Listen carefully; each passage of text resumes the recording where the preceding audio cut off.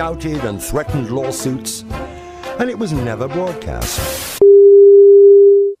But now we think it's time for you to see it, because the new Trump and the old Trump are the same Trump.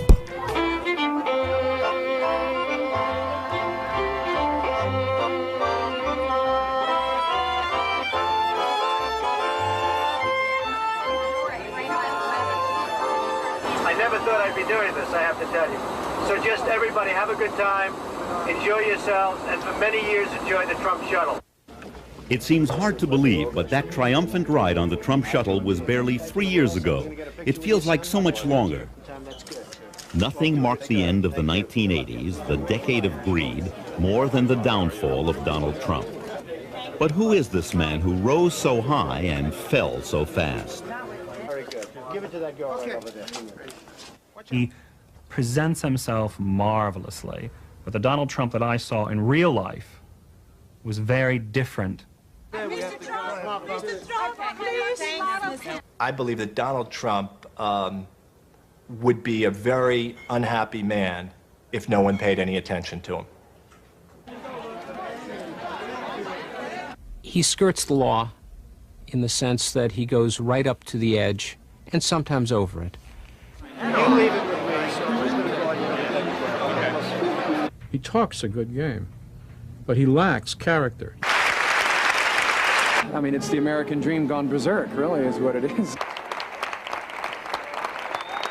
But it wasn't only Trump's sometime friends and longtime critics who told us about his flaws. Trump himself unknowingly predicted his own fate. I think one of the most important aspects of the book is I try and find people that don't have it. Because most people don't have it, and that's the sad part. And they want to have it, and they go out and they lose their money, they lose their families, they lose everything. And it's a sad situation. But you see it a lot with these hucksters that are on television selling deal books and selling, records, and they never made 10 cents in their lives, but now they become wealthy selling the records, although most of them, if you've read, have gone bankrupt over the last year. So I guess they didn't sell as many records as they thought. But, they sell, and these people put up their $500, and worse than that, then they go out and they borrow money against some leveraged house and this and that. Things that can't work, and I feel very sad for those people. Donald Trump hasn't had time to feel sorry for anyone in the last year. He's been too busy trying to save himself.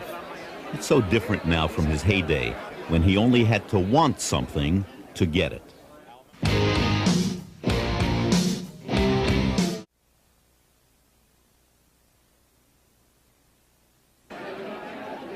It is easy to see that Trump is in trouble now. His ego is bruised, his empire reeling.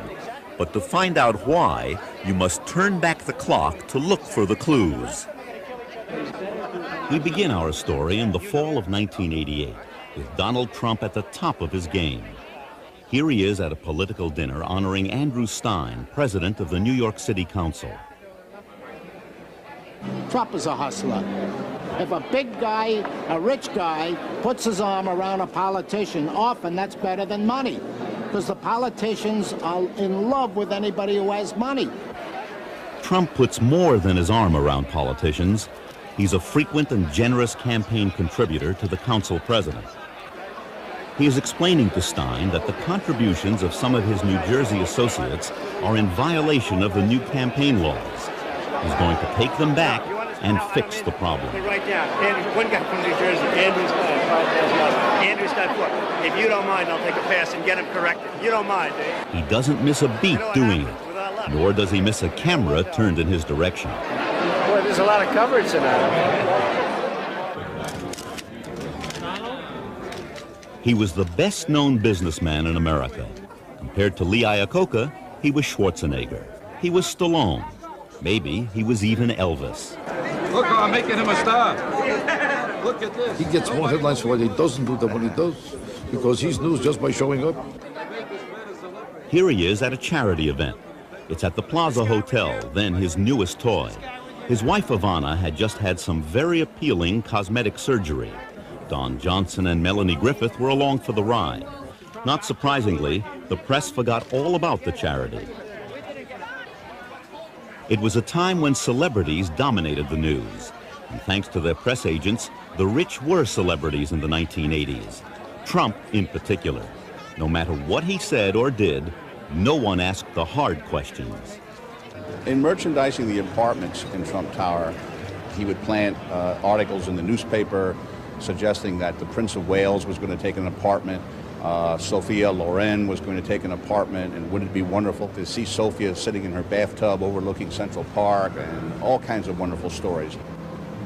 It's a 58-story building, although if you ask Mr. Trump how tall it is, it's actually 68. He skipped 10 floors in the numbering system because it's much more exciting to live on the 55th floor than it is on the 45th floor. It drove the fire department absolutely crazy because they lost 10 floors in the building that they couldn't find. This is salesmanship, and Trump knows how to do it better than anybody. It's, as you and I were discussing, it's become the #1 attraction in New York, Trump Tower. The best hotel casino anywhere in the world. The biggest gross in the history of the gaming business. Said to be the greatest yacht in the world. The finest transportation operation anywhere in this country. The largest building privately financed ever built in the world. The biggest selling book, or one of them, of the decade. The best apartments in the world. This has really turned out to be almost mystical. It's been great. No area of the news was immune from the Trump hype. When Gorbachev came to New York for a summit in 1988, Trump saw a chance for a PR bonanza. The week before he arrived, all the television stations in New York said that Gorbachev was planning a visit to Trump Tower. Some of them even printed in the paper that this was going to happen. At no time was Trump Tower even tentatively scheduled as a place for Gorbachev to visit. It's almost a textbook example of a publicity stunt, which worked, and which has worked on many other occasions for him. Trump also considered himself immune from criticism, even by a Pulitzer Prize-winning architectural critic.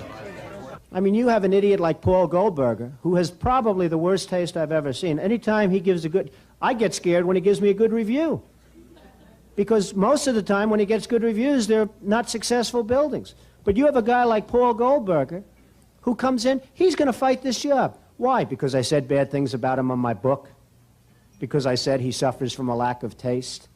Which he does. Just take a look at the way he dresses. Trump is possibly the only developer who has sued an architecture critic for a bad review. It was Paul Gapp, the critic of the Chicago Tribune. It was a nuisance lawsuit. It was done just to harass Paul Gapp and the Chicago Tribune.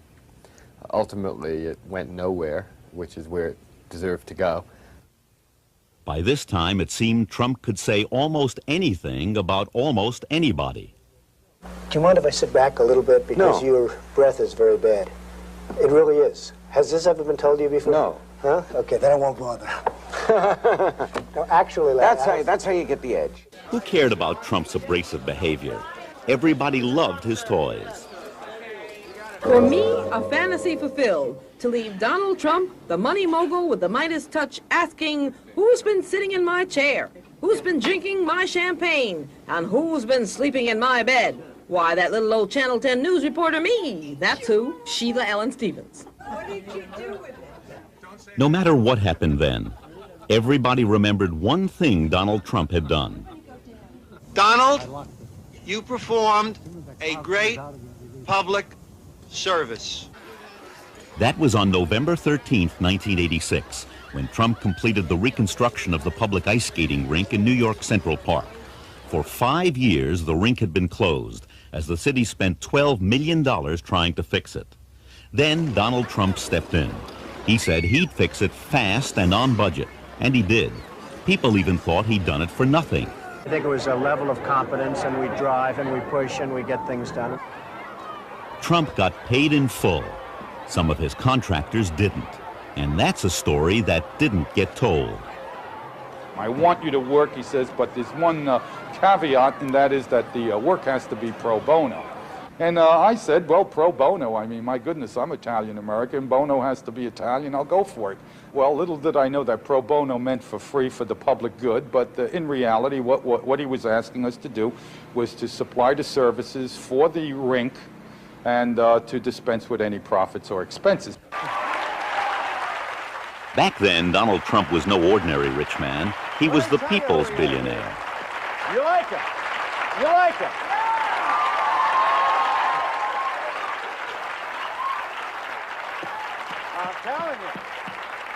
Why didn't your daughter bring him home? Across the street from the skating rink was the St. Moritz Hotel. Trump bought it a year earlier. He called it a brilliant deal. No one bothered to look below the surface. He said he paid $31 million. The real price was $70 million. In 1988, he sold the hotel to Alan Bond, the Australian Donald Trump. Bond paid a whopping $180 million. That, said Trump, gave him a $100 million profit. Conveniently, he forgot to subtract his costs. So, conveniently, did the press.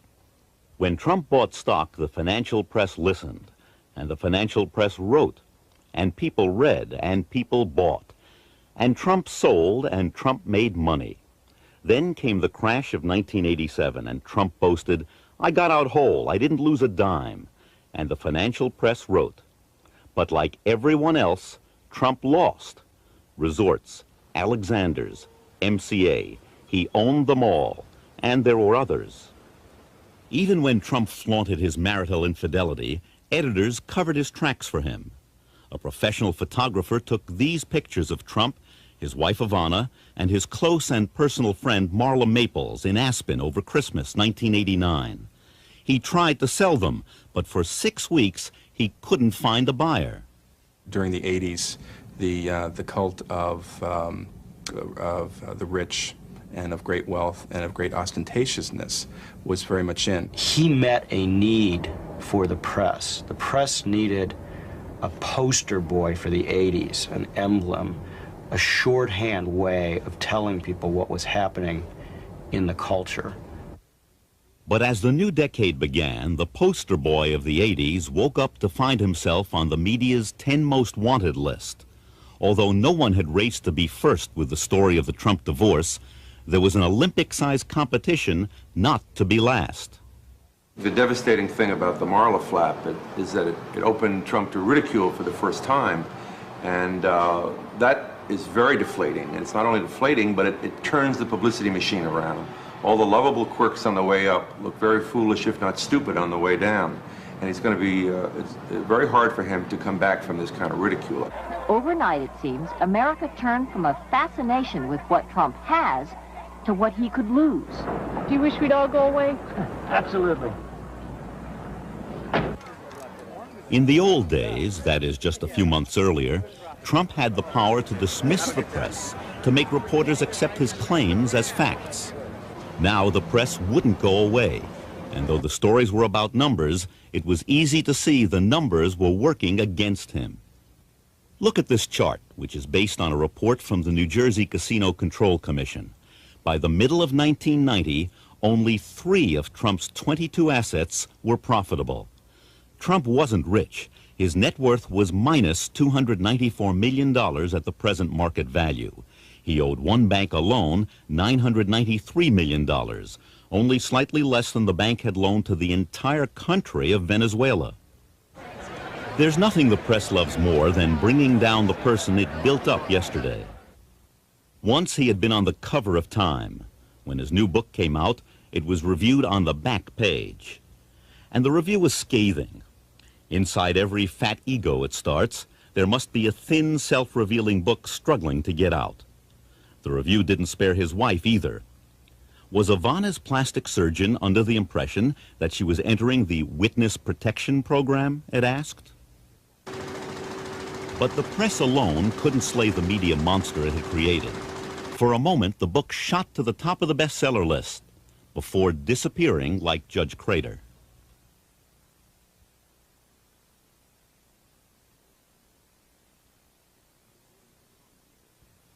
In the world beyond New York, he's Donald Trump, self-made billionaire. But in Brooklyn, he's still Fred Trump's son. And in Brooklyn, they remember it was Fred Trump who built the family fortune. Fred Trump would be here most every day, and he had his sons here. And he was teaching them the business from the ground up. Donald was one of my best customers. He'd have a hot dog most every day. A few occasions he would say to me that this must be a good business. And I'd say, it's a good business, I'm making a living, but I think yours is a little better. When Fred Trump started out, he built wood shingle houses. During World War II, he constructed homes for the military. When the war ended, using his political connections and little of his own money, he turned his attention to giant developments in New York's outer boroughs. Today, he still owns them. It was decent, but never good, the service. And the pat answer they give you here at maintenance is, this is not Manhattan. You get Brooklyn service here, whatever that means. I have no idea what that means, but walls have to fall down before you get any kind of service here. I'm just fortunate not to be a senior citizen here. What happens? That's where they get absolutely no service at all. Nothing. Because if they move out from their $150 a month apartments, the rent will go up to $600, $700. But they're afraid. See, senior citizens, they're between a rock and a hard place. They're afraid to complain. Fred Trump taught his son how to be tough, and from childhood on, Donald had his own builder's vision. He used to build the most beautiful buildings with building equipment, everything. He was great, even when he was a little guy. Donald was one of 5 children, and while he was adored at home, he was a behavior problem at school. I was sent to a military academy because I was really a problem. I was a very difficult guy for my parents. Then at Fordham and the Wharton School of Business, he missed the turbulent 60s. In 1969, when most other people in their early 20s who were from upper middle class backgrounds at Ivy League colleges were marching and storming the gates, Donald Trump was reading FHA foreclosure notices in Philadelphia, Pennsylvania, looking for houses that he could take over and rebuild. Donald Trump had learned that for many real estate developers, lawsuits are just part of the cost of doing business. Fred Trump was charged twice with making windfall profits on government-financed Brooklyn developments. After the completion of Trump Village, he was forced to return $1.2 million in overestimates, but not before he built a private shopping center on his property. There were more fortunes to be made in Brooklyn, but Brooklyn was comfortable, Brooklyn was boring, and most of all, Brooklyn was his father's turf. One way to think about Donald Trump is John Travolta in Saturday Night Fever. He's the guy from Ocean Parkway in his mind. Though he grew up with a father who had a lot of money, he grew up in a very middle-class way in his own mind, and certainly crossing the bridge was a huge thing for him to do and something his father never wanted to do.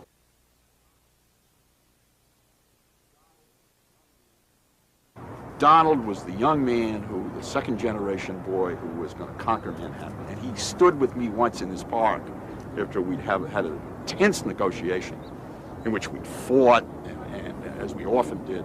And he pointed to all these buildings around here, just about here. And he said to me, I'm going to be bigger than Helmsley in 5 years. Trump made his first move for 2 large sites, a few miles apart and bordering on the Hudson River. They were owned by the Penn Central Railroad, but the railroad was bankrupt, and the properties were up for sale. As Donald Trump saw it, the opportunity was ready-made. The railroad was looking for a developer who was politically connected.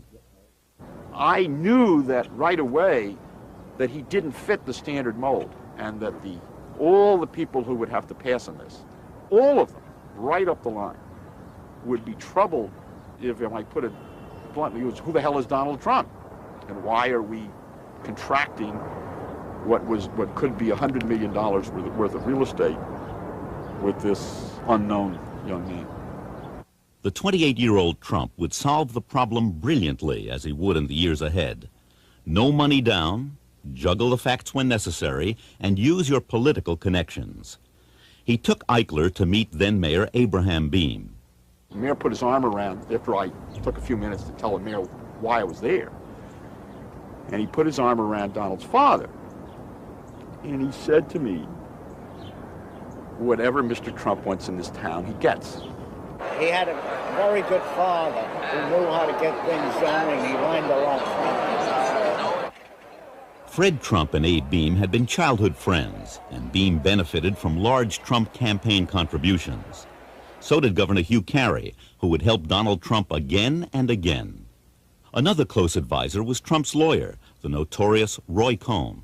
Whether he could have done these things without his father's influence or his father's resources, I don't know. I don't think you'd get an ordinary 28-year-old getting options on 3 such magnificent pieces of real estate. Trump was his father's son. He tried to build federally financed housing on one of the sites. When that failed, he found a new way to get money from the government. With a little help from his friends, Trump got the city's huge new convention center built on his land. I'll give up my $4.4 million brokerage fee, he said, if the city will name the convention center for my father. Everyone thought that was unusually public-spirited, until it was discovered that Trump was only entitled to a fee of less than $600,000. The convention center was named for U.S. Senator Jacob Javits. But the Penn Central also owned the rundown Commodore Hotel right next to Grand Central Station. I wouldn't have taken the Commodore if you gave it to me. And I didn't know anybody in New York who'd take it if you gave it to them. But one day he looked at me and he said, I'm going to buy the Commodore for $10 million. I'm going to get Jay Pritzker at Hyatt to manage it, turn it into a Hyatt, and I'm going to get Equitable to provide $75 million to rehabilitate it, to the point where it's almost like new construction. I'm going to tear it down to the skeleton and then redo it. And I said, you have really gone crazy. There was more exaggeration than truth in the way Trump lined up his partners for this project by suggesting he already had the option on the hotel when he didn't. Years later, he'd patent tactics like this, calling them truthful hyperbole. Trump's men went to work obtaining necessary approvals and huge tax breaks designed for construction of hospitals and low-income housing. Lawyer Roy Cohn was on the job, as was Stanley Friedman, a deputy mayor who would soon join Cohn's firm. Years later, in an unrelated matter, Friedman went to jail for his part in one of the city's worst corruption scandals. Back then, the project was approved on the last day of the Beam administration. Trump and his upscale hotel walked off with one of the largest tax breaks in city history, worth an estimated $200 million. I got everything I wanted. 40 years of tax abatement. People would say, how did you get 40 years? I said, because I didn't ask for 50.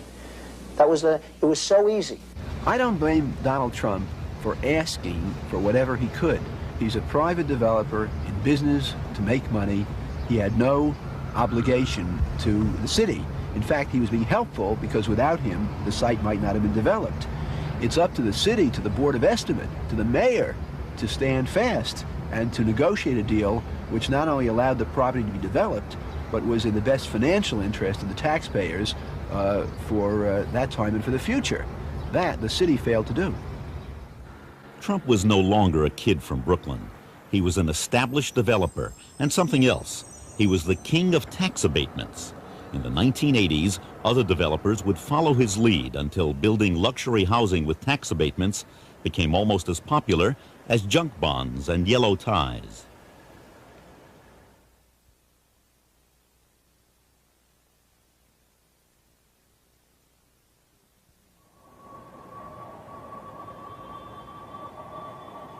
There's nothing more pleasing to a developer than the words, "no money down."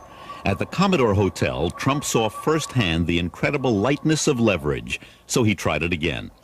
No rundown neighborhood to build up this time, though. It was literally a Tiffany location, adjacent to the famed store on Fifth Avenue in the heart of Manhattan. Here he would build an edifice to himself.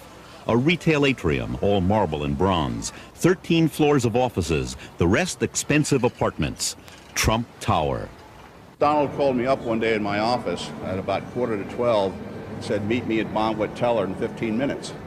Naturally, I dropped everything I was doing and came right over here. The first thing Donald said, isn't this the greatest location in the world? We're going to build the most exciting building in the world here. If the Hyatt had been a term paper in doing business in New York, the Tower was a doctoral thesis. Here's how it worked. Again, get someone to finance it. Equitable had been in on the Hyatt and owned the land under Bonwitz. For a 50% interest, Equitable would pay him to build. Then get the players who can deal with the city, state, and community. Again, Roy Cohn came on board. Finally, find a way to get approval to replace a 7-story building with a 58-story tower. Trump was determined to have every square foot he could have, and so the battle began. And it took us 15 months with a lot of shivers up our backs, never knowing whether we were going to win or not win. But Trump is a brilliant taskmaster at maneuvering behind the scenes politically as well as in the real estate world. And he succeeded. Once again, Trump got millions in tax abatements by finding a loophole in a law designed to promote middle-income housing. To neutralize the opposition in future battles, he soon hired the city's housing chief, who had opposed him on those tax abatements. In 1986, after the building had been completed, Trump broke one of his cardinal rules. He bought out his partner, Equitable, and that cost him money. No matter, it would seem then, if the Hyatt had made him a player in New York, Trump Tower had made him a player in the world. Trump Tower was Reagan-era beauty come true for everyone. Trump was praised for his work, even by the critic he loved to hate. I've never minded the atrium that much as a work of design. A lot of people find it too glitzy, that sort of rosy, pink, apricot, whatever you call it, peach-colored marble. I always found kind of neat, actually. It's sensual, it's almost sexy. It's one of the few cases in which somebody has managed to make glitz aesthetically convincing. I like very much the Trump Tower because, especially the lobby, because it says exactly what it's intended to say, which is spend, spend, spend as you have never spent before. What about the apartments? At $1 million for 2 bedrooms, they're some of the most expensive in the city. Trump boasts they are the best. The molding, the base molding, is the cheapest. It's what housing projects get. The kitchens, if I was in a housing project, I would have had a better built kitchen than what Donald Trump put into Trump Tower. The kitchens were... I've never seen more sloppily installed and more cheaply built kitchen cabinets. All of my clients, ripped them out. The tower was also home to Trump and his family. Their 36-room suite had 3 floors, a waterfall, a 100-foot living room, and a lavishly decorated ceiling he once compared to the Sistine Chapel. Ross McTaggart was the second designer brought in to manage this remarkable apartment. I was once in Christie's Furniture, and we were looking at some pieces there, and he focused on some Louis XVI pieces. Superb, incredible quality. But he didn't understand the price. They were estimated to be at $80,000 to $120,000 sale, which wasn't bad, really. For 200-year-old furniture, that's superb quality. And Blaine Trump, who works at Christie's, happened to be there, his sister-in-law. And he said, well, why is this furniture going to be so expensive? Just because it's old? And she said, well, no, it's the quality. It's incredible. It's got a history. And he turned to me and he said, well, my stuff is better than this that I'm having made. I said, well, actually, no, I have a little bit of problem with the furniture that's been selected. It's not this kind of quality. He said, well, no, it's going to be. He said, it's cost a lot of money. It's going to be better than this. And we started battling, and he said, it's going to be better. He just insisted. And then Blaine sort of shook her head. He looked at her and he said, I can get better than this, can't I? And she shook her head and said, Donald, you're just never going to understand, are you? Workmen pounded away on Trump's apartment for 3 years. His downstairs neighbors stopped making her monthly payments. Lawsuits flew in both directions. I wanted to move in here because I thought it was going to be a great building with fantastic views and also a bigger apartment than what I used to have. However, I never expected to have all these run-ins with my neighbor, who is Donald Trump, who lives above me. And since I moved in, he has done nothing else but construction.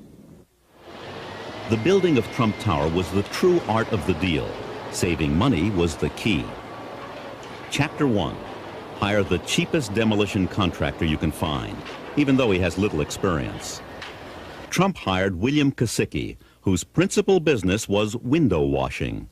Kosicki, in turn, hired what became known as the Polish Brigade, more than 200 immigrants with no working papers who were paid 1/3 the union rate and worked under difficult conditions.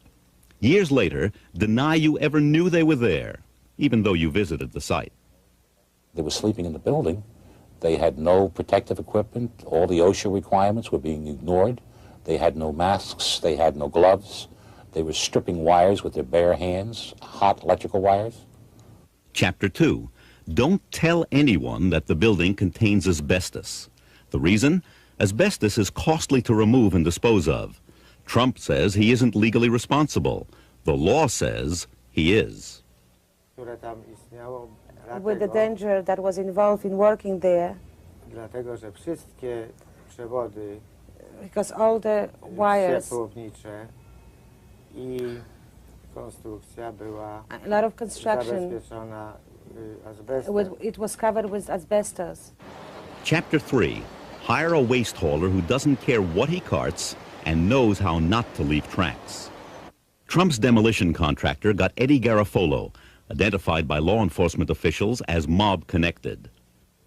In August of 1990, while reportedly cooperating with federal authorities investigating racketeering in the construction trades, Garofalo was shot to death gangland style in his driveway.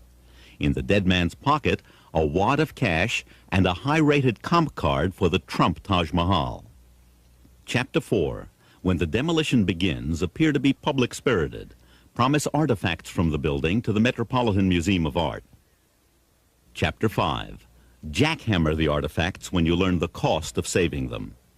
The demolition contractor allegedly said that it was going to take a long time or a longer time to take those heavy panels down, and before anybody could make the decision, Trump apparently gave the orders to have them demolished.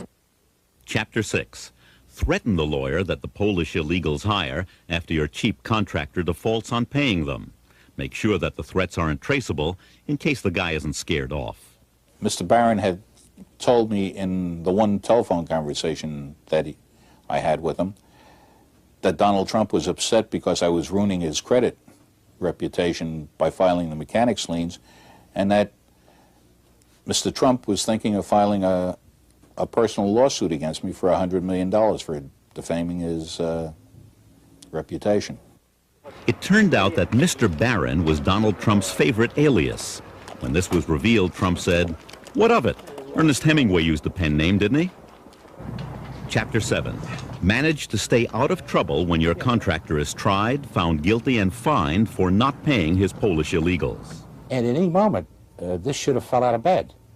Now, the people you got to ask the questions through is over in Newark, New Jersey, in the Department of Justice, where, interestingly enough, Donald's sister worked.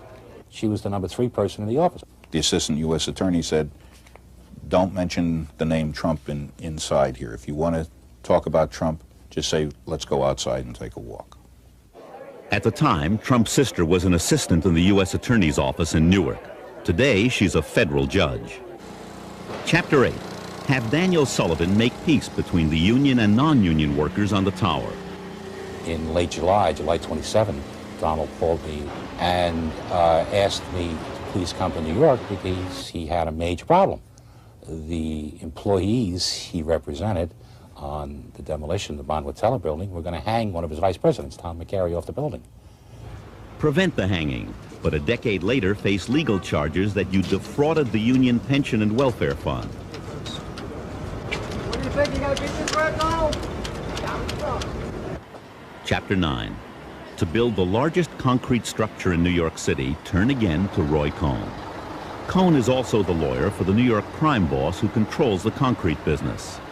Payoffs from contractors are dropped off at Cohn's office, so he may get paid twice for his services here. But then, you get who you pay for. Conclusion. In every respect, the building was pure Trump. Behind every facade, another facade.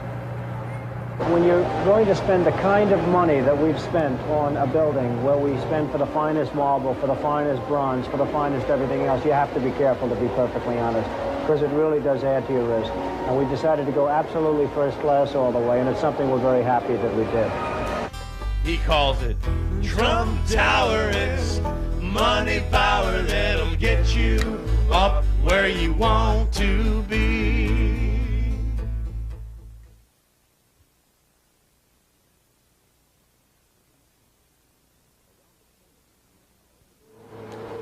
Around the corner from Trump Tower was another golden opportunity for Trump. He found 2 neighboring buildings on Central Park South and bought them. One was a hotel, the other was a problem. It was an apartment house and it was occupied.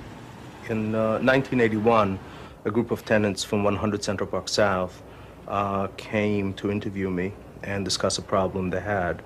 Apparently Donald Trump had bought the building and started spreading rumors immediately. They intended to evict all of the tenants and demolish the building and build a tower. This man walks in, makes a blanket statement, "You're all evicted, I'm Donald Trump, get out of our building." He hired one of the worst companies in New York, who was specialists in basically emptying buildings. Previously censured by the Attorney General's office. They have a record there this long. And that firm went to work on us, and we were told by the superintendent that they were going to begin looking into our sex lives, our drinking, is anyone a homosexual or a lesbian, and what are all these, where are the weak spots of the tenants? And they were going to find them.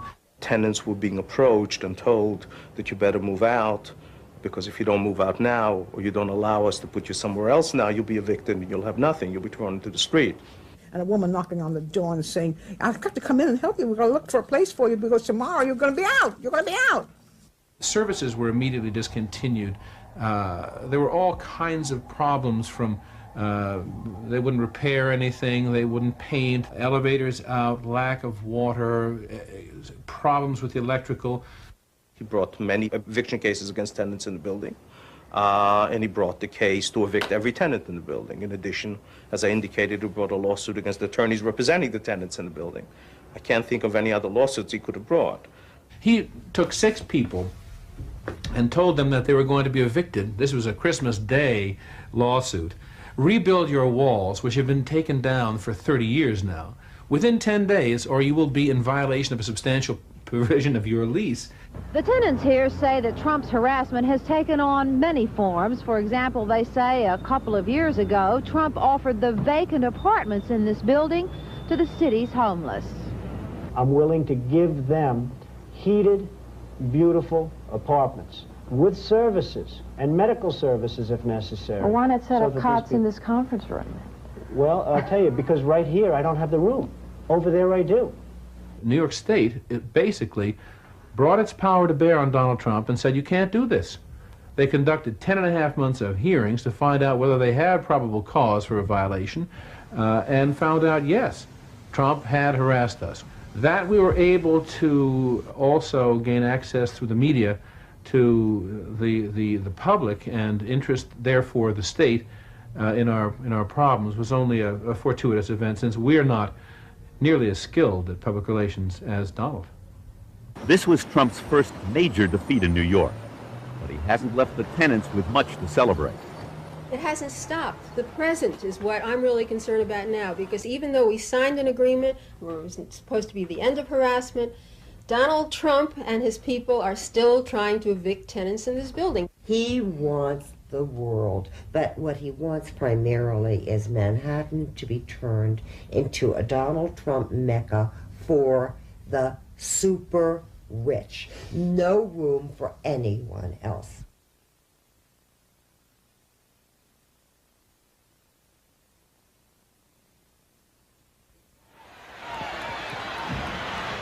If Donald Trump had tried to capture the money crowd with Trump Tower, nothing made him more of a people's billionaire than his entrance into the world of professional sports. The United States Football League was playing an autumn sport in the spring when Donald Trump bought the New Jersey Generals franchise. It was a team with no players anyone would call the best or the greatest. Trump quickly set about changing all that, obtaining Doug Flutie and other stars and promoting them and himself. Quite frankly, he loved it because the United States Football League in general and the Generals team in particular started Donald toward his celebrity status. What he really wanted was a National Football League franchise, and he quickly provoked the confrontation by pushing the other USFL owners into going head-to-head with the NFL. Playing in the fall meant big money and fame. His withdrawal would have killed the league, and Donald was aware of that, and Donald used that magnificently well. Donald never came right out and said, if you guys don't go to the fall, I'm going to take my football and go home. But it was implied enough so that you can put 2 and 2 together and get 4. Donald was hell-bent to get into the NFL, either via an accommodation or a merger or a court case, which, in my opinion, he hoped would lead to a merger. It would take a lawsuit, and lawsuits were one of Donald Trump's favorite sports. He pressured the other owners into joining him. The results were disastrous. I believe that Donald felt that he could single-handedly win the trial. If you talk to Donald today, I'm sure he'll tell you that that was not a defeat. But the key is whether the USFL won, and that's won in quotes, won the trial or not. The fact is that the USFL is not playing today.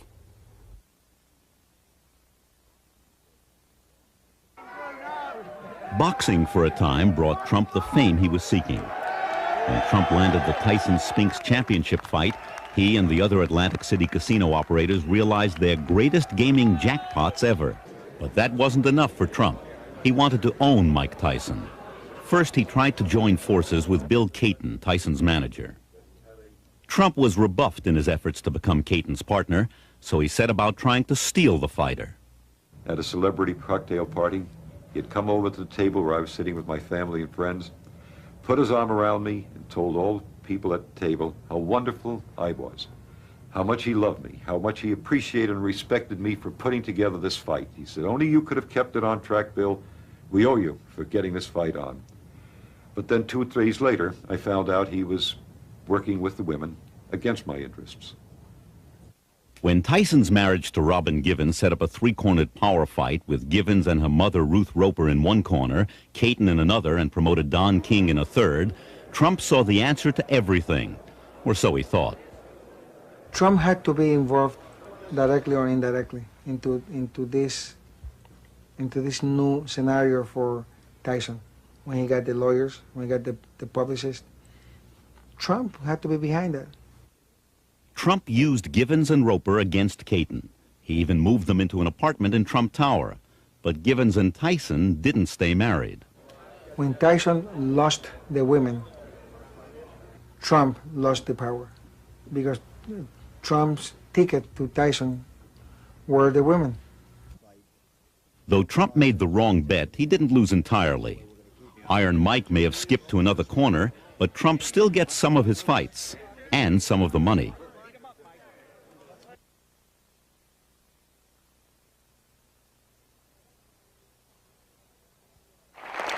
So that's the only reason I'm here tonight. Let's not kid ourselves. So to Ivana, I give you a special thanks and congratulations, because this is really your night, Mike. Congratulations. Good luck, everybody. Thank you very much. It looked too good to be true, and it was. She was a mother, a wife, a casino executive, a fashion plate. No wonder she talked so fast.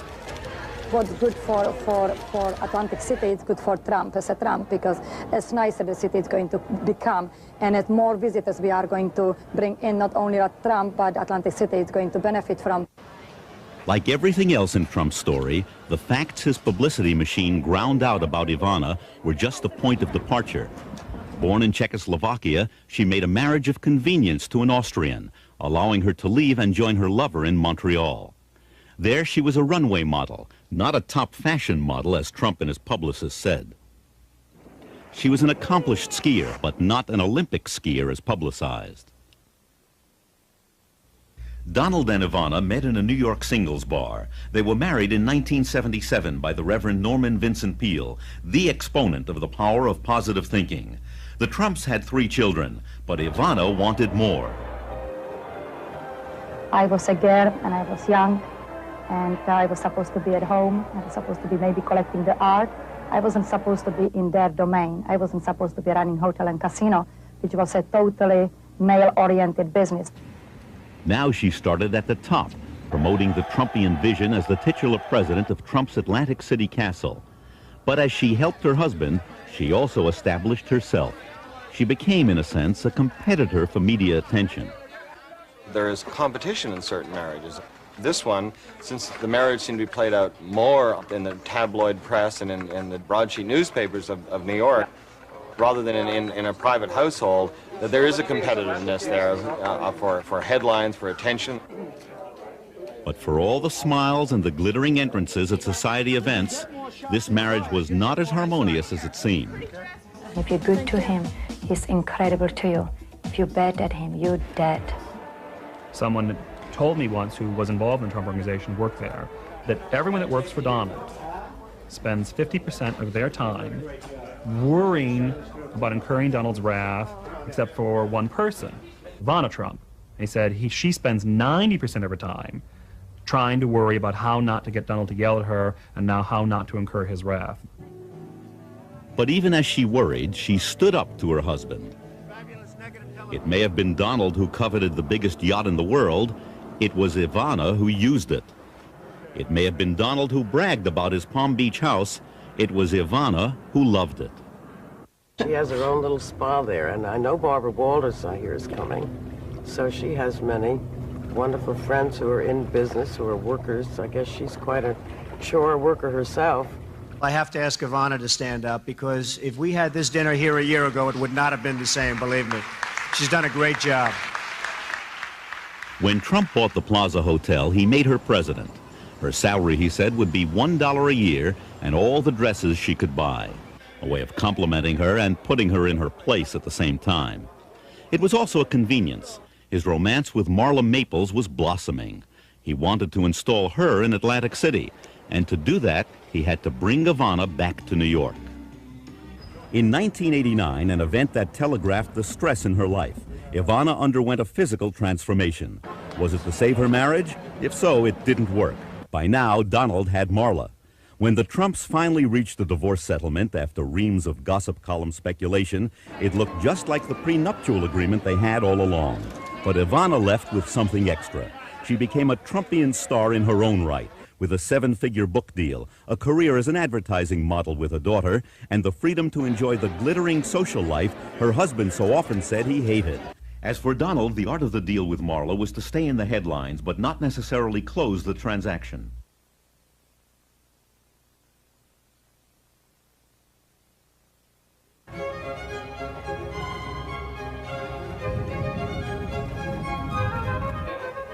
There's old money, there's new money, and there's Trump money.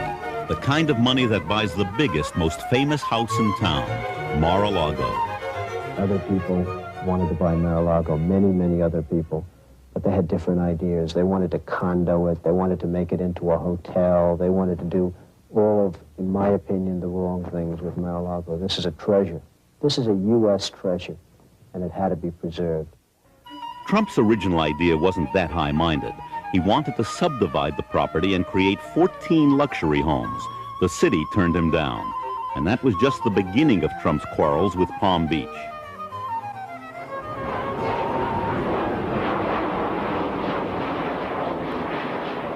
Everybody in real estate and all the residents of the city of Palm Beach know that that huge house, the Post Foundation home, is in the direct flight path of West Palm Beach International Airport. So how Mr. Trump overlooked this fact when he bought the house, I don't know.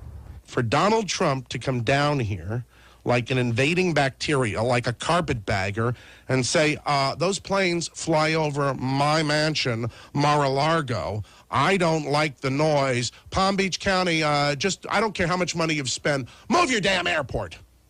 I would be shocked and amazed that anybody reasonable would expect to move a federal facility for their own personal convenience and interest. In New York, when Trump had a problem, there was always a politician with a sympathetic ear. It wasn't so simple in Palm Beach. People then perceived myself as being in the hands or in the pockets of Donald Trump, wrongly perceived, but they perceived that just the same. And that resulted in a problem in terms of electability.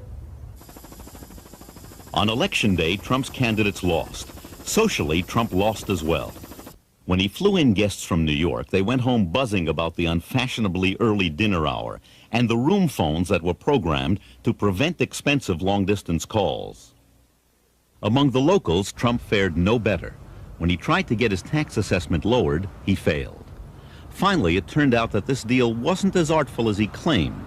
In his book, The Art of the Deal, Trump said that he bought the house for $8 million, paying 100% cash.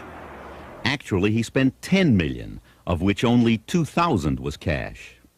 Now, Mar-a-Lago is on the market again, and because Trump can't find a buyer, he's filed another plan to subdivide his national treasure. Then there's Trump Plaza of the Palm Beaches. Beautiful to look at from Palm Beach, but actually in West Palm Beach, across the water, and in a definitely downscale neighborhood. Trump bought these condos out of bankruptcy and put his name on them. When they didn't sell, he offered prospective buyers rides on the Trump Princess. Now, the bank that held the mortgage on these towers has auctioned the apartments at fire sale prices. There's an underground passage from Trump's house to the Bath and Tennis Club. Other owners have been able to use it. Palm Beach veterans say Trump never will. And they're not shy about telling Trump why he hasn't made it here. We fear change like we fear tigers. We're terrified of change. We've just had to landmark the bridges because they wanted to make huge, high-span bridges. We don't want change here at all. What's irked some people about Trump is that he hasn't really become a part of the charity thing.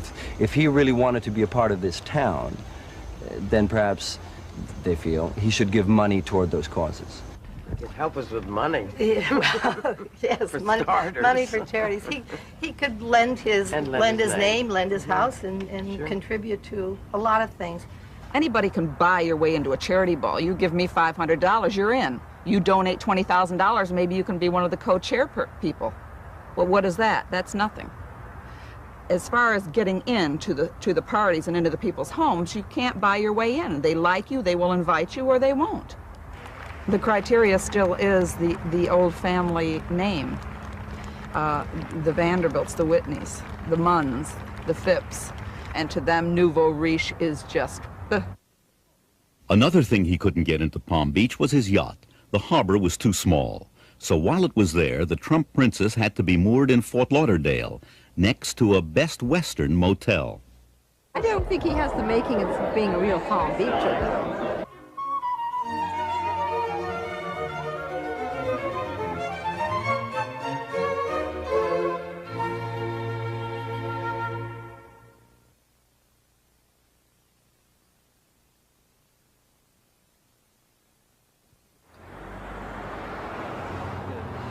Once the public caught on to Trump's games, Trump bashing became a popular sport. But right up to the moment his infidelities were revealed, he could do no wrong. He's very sexy, very handsome, very powerful. He cares about America, he cares about New York City, and he's doing something trying to help New York City. Some thought he should run for president. Trump considered it. Supposedly our allies, and I say supposedly. Would you really like to take over and run the country as you have run your organization? I would much prefer that somebody else do it. I just don't know if the somebody else is there. I don't know if we have the kind of advocate that you need. We need major surgery. This country needs major surgery. Are you the surgeon? I think I do a fantastic job. He doesn't give a good rat's hoot about poor people who might be living on sidewalks outside his building. He talks a good game, but he lacks character. Those who have worked closely with Trump have seen a more personal side of this most public man. He has a loner quality. There's no question about it. And for all the sense of Donald Trump as someone who's out and around all the time, there are dozens, if not hundreds, of times that I have spoken to him at 9:30 or 10:30 or 8 o'clock at night on a weekday, when the only thing between me and him interfering is the remote control changer changing the channels.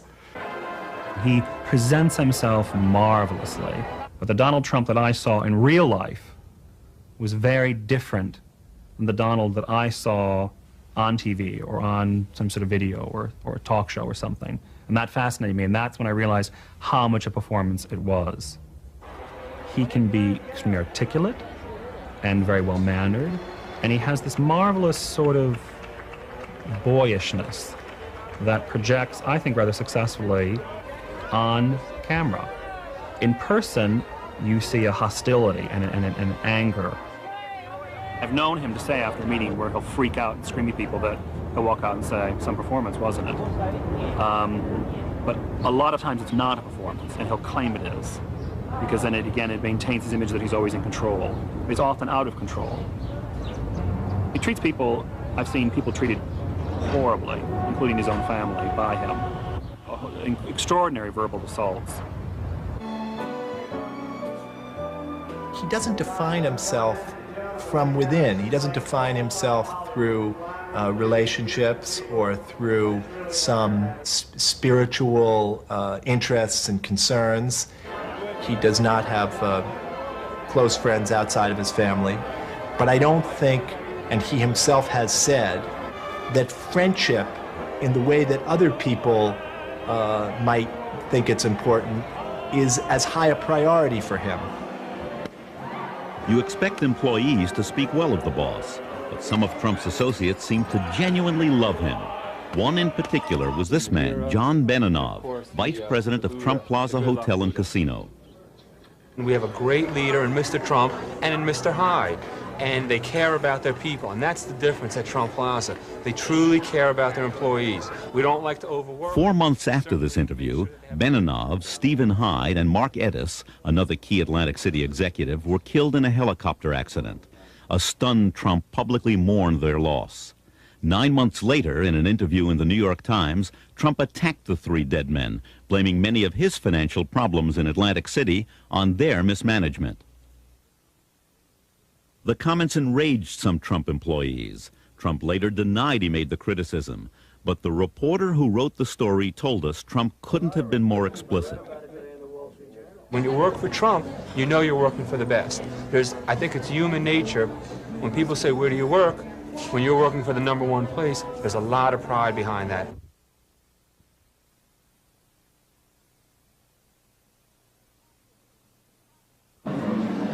He's a crap game operator. Why do you say that? Well, most of his money comes from crap games in Jersey. I mean, if that takes a genius to get money out of a crap game, come on, there's been geniuses in this city for 100 years. That's what gambling is all about. You win some and lose some, but it's really a trap. They were giving you $1,000 bills, and that's how you ran to the casinos. You wanted the perking up of your heart and the feeling of a different kind of life.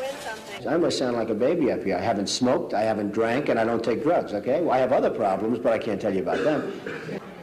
Trump has an addiction all his own, cash flow. And to satisfy his craving for cash, he went where the money was, to Atlantic City. Atlantic City liked the fact that Trump seemed to have a clean image with no prior ties to the gambling industry. Donald's problem is a simpler one. He wanted to become a super citizen. He wanted to be the beneficiary of a privilege granted by the state of New Jersey, namely a gaming license. And therefore you have to, it's like going to confession, you have to prove that you are an absolute first-class citizen. That was a little hard to do considering his connection to Daniel Sullivan. To the Teamsters Union, Sullivan was a reformer. To the law, he was a man with a criminal record. To Donald Trump, though, he was an asset on his construction jobs. And he was also co-owner of the land on which Trump wanted to build his first casino. One of Sullivan's partners on that land had links to Nicky Scarfo, the crime boss of Atlantic City, currently in jail. Sullivan and his partners had bought the land just 1 week before they sold it to Trump. Trump owned the land, but he said he wouldn't build until he had a casino license. The Casino Control Commission granted it to him in record time. He had almost everything. He did not have the financing for the Trump Plaza, and at that time, he was in the process of building the Trump Tower in New York, and he was under construction with the Hyatt New York. Trump soon found a partner with deep pockets. This time it was Harrah's. For half ownership, Harrah's put up $50 million, and for that, Trump had to take second billing. He'd soon buy Harrah's out and rename the casino Trump Plaza. Just like going to confession, casino applications must be renewed every few years, so casino owners must stay clear of associations like Daniel Sullivan. That leads to questions about Trump's relationship with this man, Joseph Wexelbaum. To Donald Trump, he provided helicopter service to Atlantic City. To drug enforcement officials, he was a sometime middleman between Colombian cocaine suppliers and American drug dealers. In 1985, he was indicted on drug and tax conspiracy charges and eventually served 18 months in jail. Trump proved to be a loyal friend. After Wexelbaum had been indicted, Trump rented him one of his New York City apartments on a part cash, part barter basis. When Wexelbaum got out of jail, he moved into a Trump Tower apartment owned by his girlfriend. Others wouldn't have Trump's luck with the Casino Control Commission when it came to investigating their ties with undesirables. That's why Baron Hilton struck out. The Division of Gaming Enforcement then recommended licensing, but the Casino Control Commission said no, accusing key executives and one of Hilton's lawyers of being too close to organized crime. The license was denied. Trump purchased the hotel and opened it as Trump's Castle. Now this is a castle. Everything's just bigger, much bigger, and frankly more expensive. But it's something that, when it's done, if done right, is a wonderful investment. Trump only saw the cash coming in. Early on, a casino analyst named Marvin Rothman saw it pouring out. While cash flow numbers sound very impressive, it's very important to be able to cover your debt service, because cash flow doesn't mean anything if you can't cover debt. Covering debt wasn't on Trump's mind. Having it all was. So Trump's debt grew larger as he relied on the magic of junk bonds instead of partners to finance his habit. But this was the mid-1980s. Trump was on top. Every hand was full of aces, and he kept going. Trump began playing a new game, weaken your competition. First came Harrah's, his former partner. He bought its stock, and the company spent $30 million buying him out. With the profits, he went after Bally's. There was litigation on both sides, and in the end, Bally's succumbed to his apparent greenmail and paid him off. He skirts the law in the sense that he goes right up to the edge and sometimes over it. He uses his enormous economic clout. Instead of using his Bally profits to pay down debt, Trump went after the biggest prize in town, the unfinished Taj Mahal, owned by Resorts International. He began buying resort stock. The rest of the deal was pure Trump.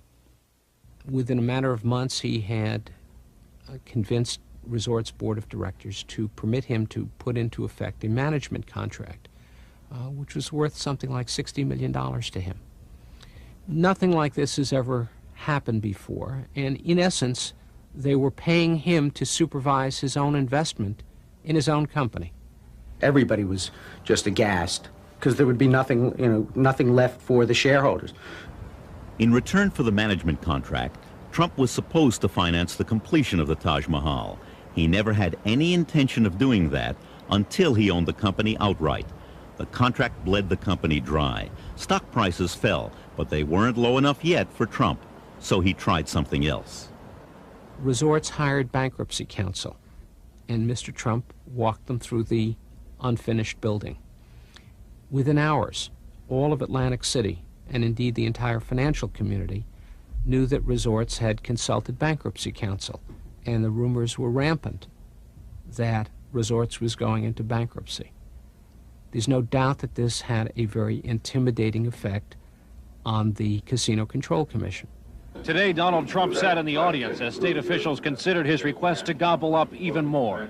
Trump's next frontier, the biggest of them all, the resort's Taj Mahal, still under construction. You ask yourself, why did the Casino Control Commission approve it? I think they were literally bowled over by Donald Trump and by the utter fear that they had that he would walk away from Atlantic City, that he would let this hotel under construction remain unfinished, that it would be another blight on the Atlantic City landscape to have New Jersey's tallest building sitting there as a skeleton for everybody to see. Everyone was happy about the deal except the shareholders. Before Trump's deal could be completed, out of the West came what looked like a white knight. It was the biggest high-stakes game on the boardwalk in years. The players, entertainer Merv Griffin and billionaire businessman Donald Trump. The prize, Resorts International, and the unfinished Taj Mahal. The winner, some might call it a tie. Griffin gets Resorts, Trump the Taj Mahal. Love that perception. I won. He is still, a year later standing in New York going, I won. He wants to make sure everybody in America knows he won. And so I look at him and say, Donald, you won. Now do you feel better? Now eat. He had called me after he had negotiated to sell the property to Merv Griffin. And he said, didn't I do the best deal? Didn't I get the best of Marvin?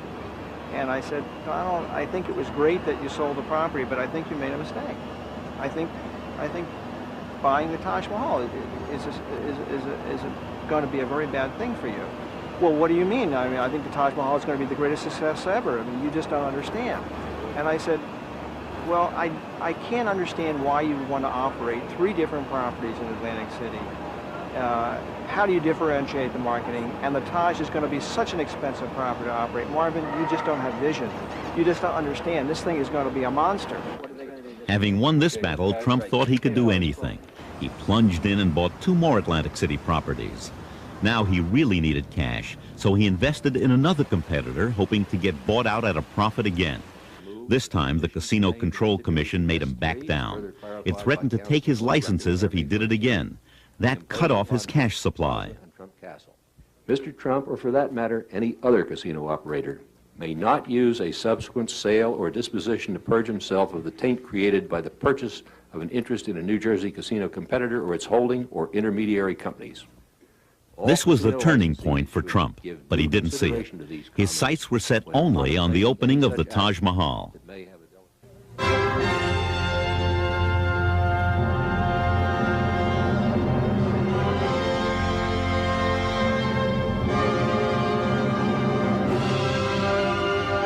One step beyond your wildest imagination. A billion-dollar dream come true.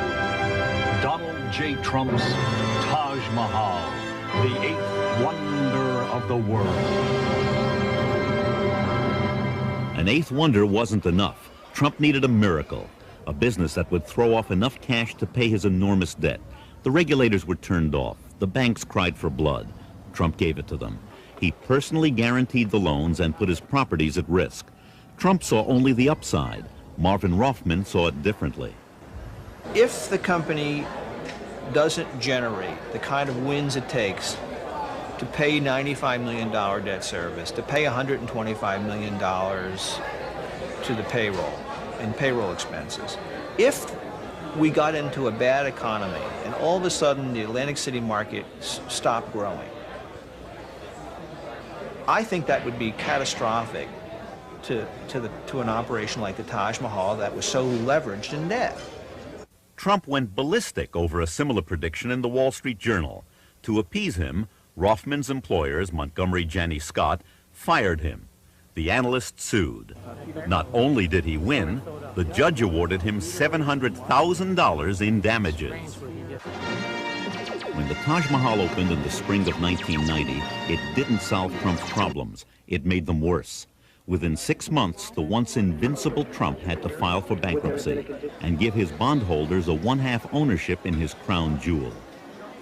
By now, Trump was in danger of being washed out to sea on a wave of debt.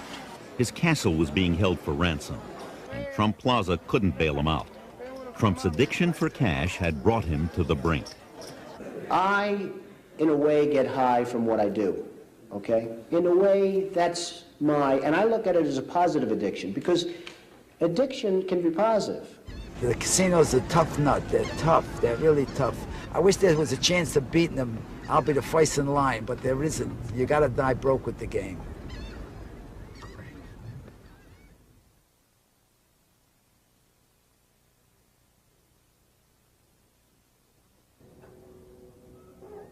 Donald Trump's failures in Atlantic City might not have been so damaging to him if another of his grand designs hadn't failed on his home turf in New York. This abandoned railroad yard on Manhattan's west side was Donald Trump's Field of Dreams, the largest undeveloped site of land in Manhattan with magnificent views of the Hudson River. Trump bought it for $93 million, and he planned to put up the world's tallest building there. You can build 2 75-story towers for less cost than you can build a single 150-story tower. So the only reason you would want to build a 150-story tower is for status. Economically, it's insane. You know, one of the reasons that I'm trying to get approval to build the world's tallest building, it's the only lure I can see to get a major company to come to New York. Trump thought he could get NBC to leave Rockefeller Center and relocate in his project. They didn't. He also saw Trump City as a gift to the West Side, but the people of that neighborhood rose up against him.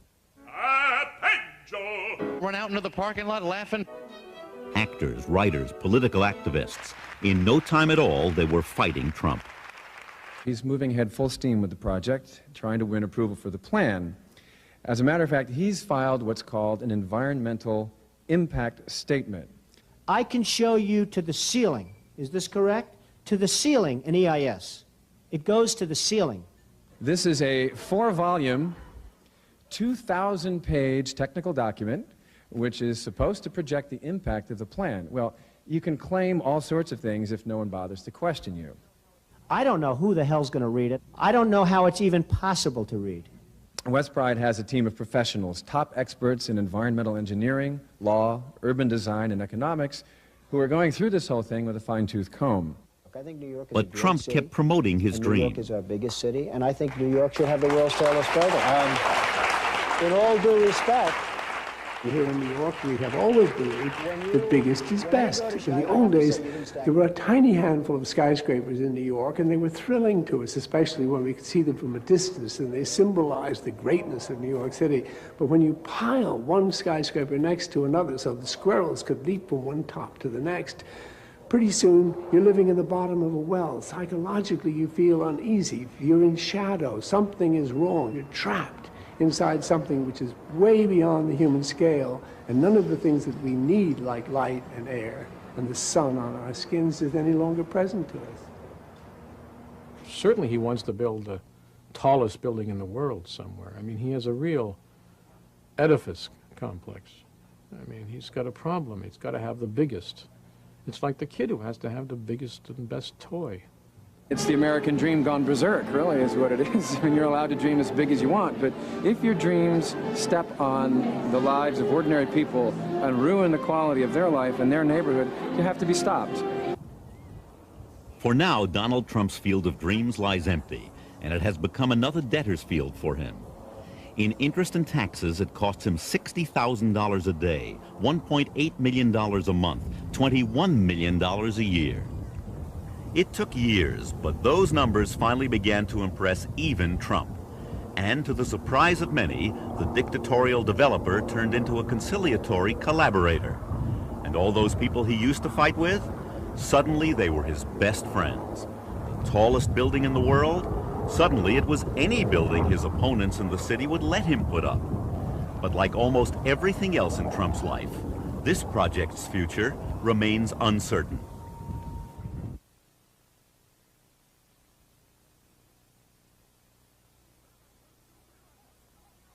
Heard about Trump's new deal? What? Trump has a new game. In the late 1980s, smart players were paying down debt and protecting their equity. Donald Trump went right on playing his game. My new game is Trump, the game. Trump, the game where you deal for everything you've ever wanted to own. Because it's not whether you win or lose, it's whether you win. All your life, you grow up, you go to the plaza, you go to a ball, you go and have dinner. You see the plaza. It represents something that's very special to New York. The plaza was the ultimate trophy to him, the crown jewel of his New York properties.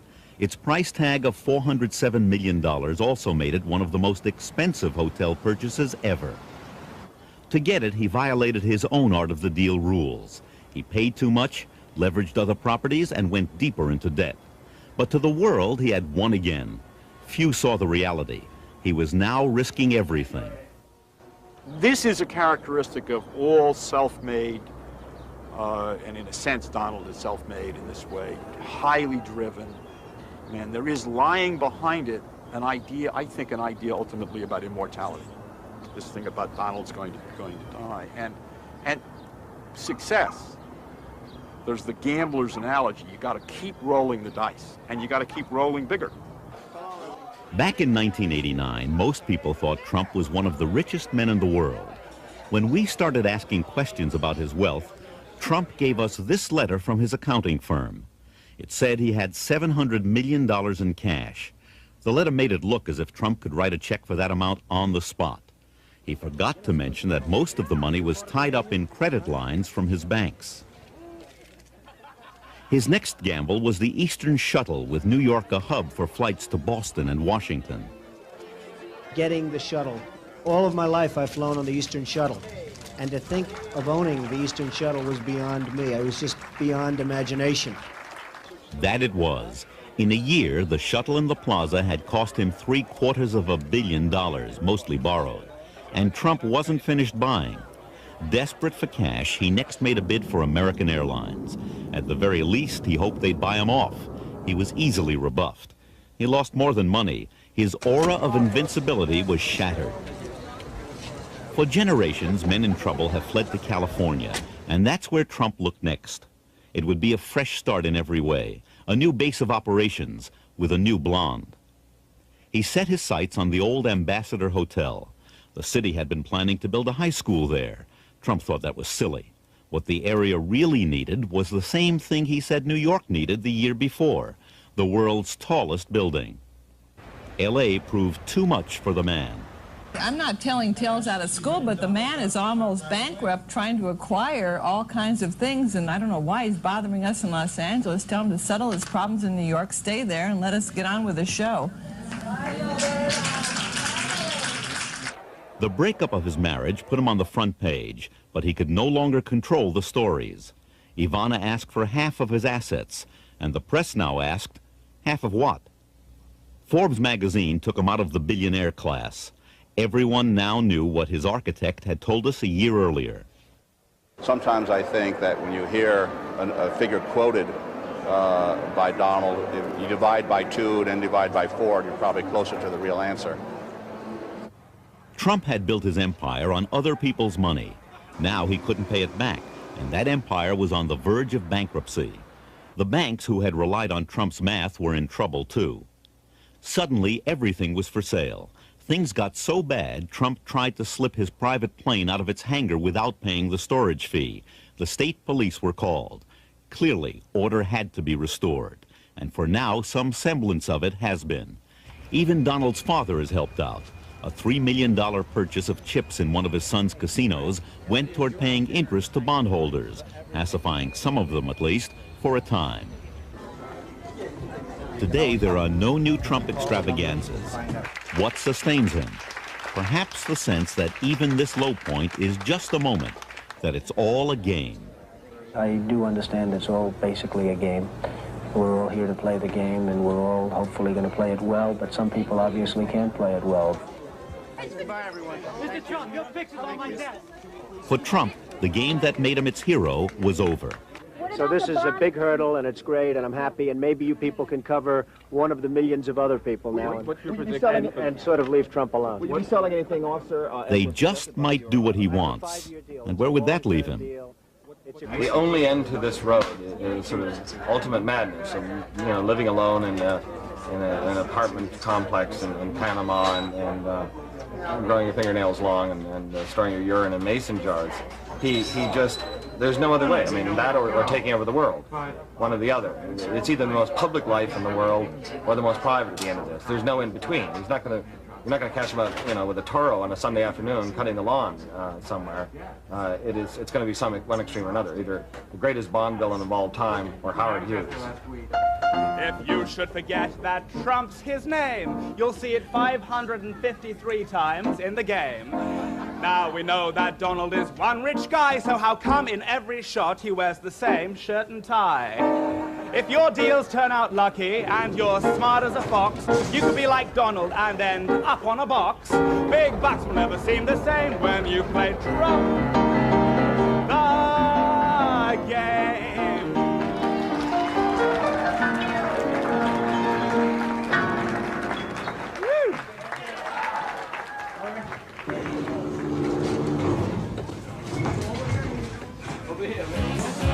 So I talked to my father, he didn't know. I talked to my friend, he didn't know. I talked to my brother, he didn't know. I talked to everybody that I knew. It's funny